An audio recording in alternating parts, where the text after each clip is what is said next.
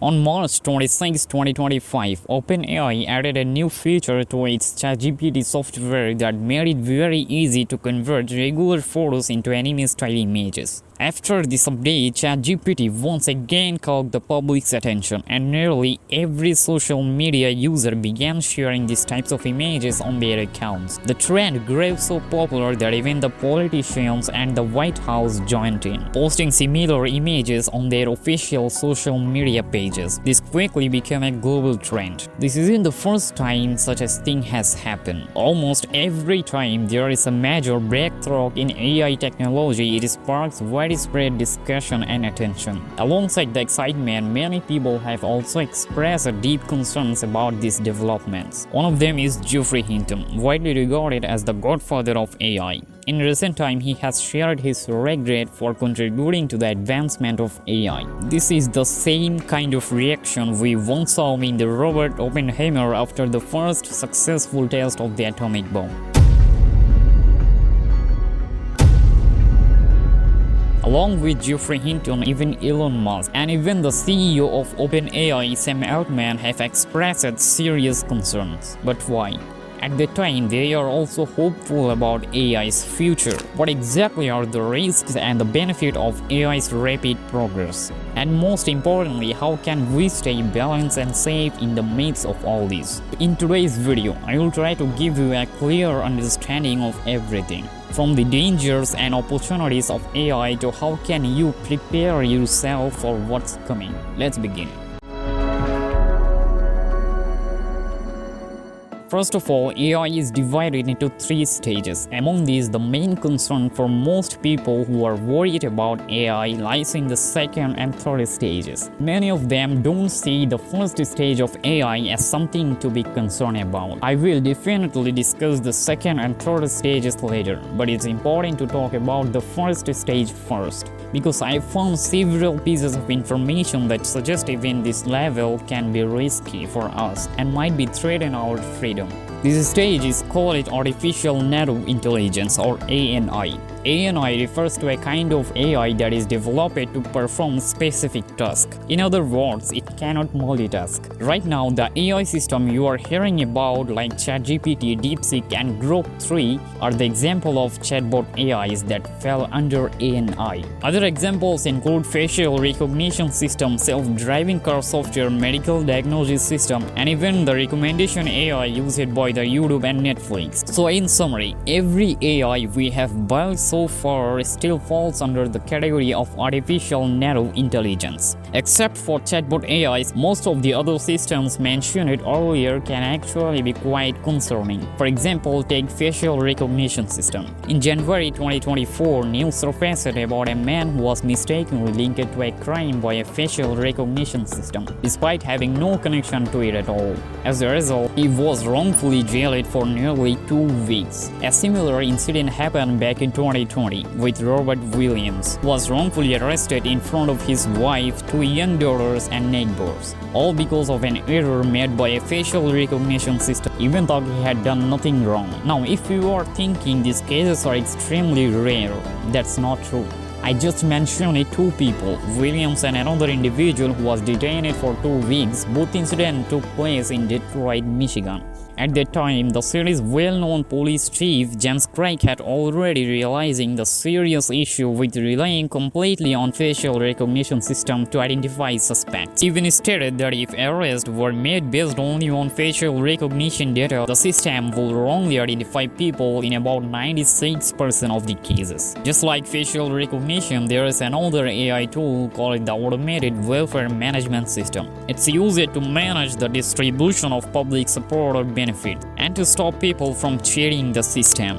But when it was used in Denmark, things didn't go as planned. The tool started to unfairly target poor people, refugees, immigrants, and racial minorities, the very people who actually need help. So instead of being fair, it rated some groups with more suspicion just because of who they were. And it's not just this system. Facial recognition shows similar problem. It often treats people differently based on skin color. Many of the people who were wrongly identified by the systems were black.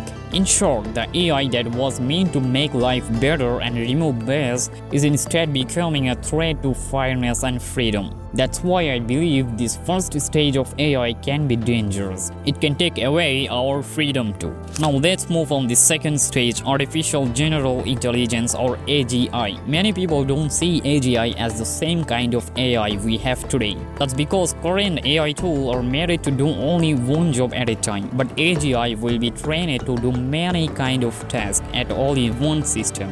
For example, one AGI could recognize faces, talk to people, drive a car, and do many other things that today require different tools. Even more worrying, AGI could do things that only human can do right now. But according to OpenAI, AGI might even become smarter than humans. Here are some of things it might be able to do. It will have a common sense. It will understand how relationship and society work. It can use knowledge from one skill to learn another.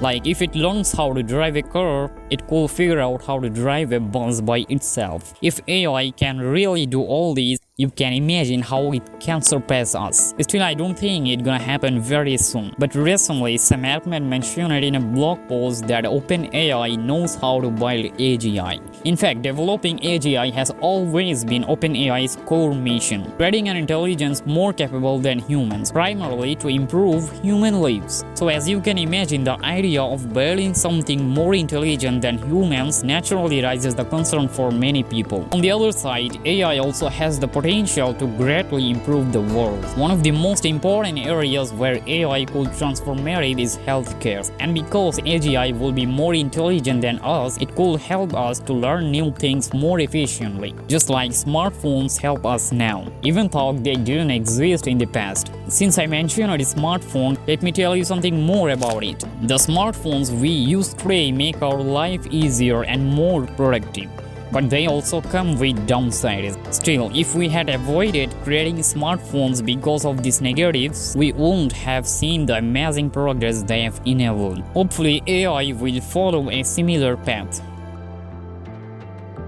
It's important to remember that nothing is inherently good or bad. It all depends on how we use it. So when it comes to AI, its impact, positive or negative, will be shaped by the way we choose to develop and apply it. Now the key question is, how do we effectively navigate both of the positive and negative impacts of AI? First of all, let me clarify something. A moment ago, I compared AI to mobile phones. But that doesn't mean AI will impact the world exactly the same way mobile phones did. In fact, they were quite different in many ways. Take a mobile phone for example. While they have made life easier, but they also caused negative effects globally, such as mental health issues, sleep disruption, and most notably addiction. Although addiction can come from many things, but smartphones have taken it to a new level. On the other hand, the negative impacts of AI are different but equally serious. These include privacy violation, job displacement, ethical dilemmas. Just as we have developed strategies to reduce smartphone distraction, we can also adopt a modern, thoughtful approach to minimize AI's harmful effects.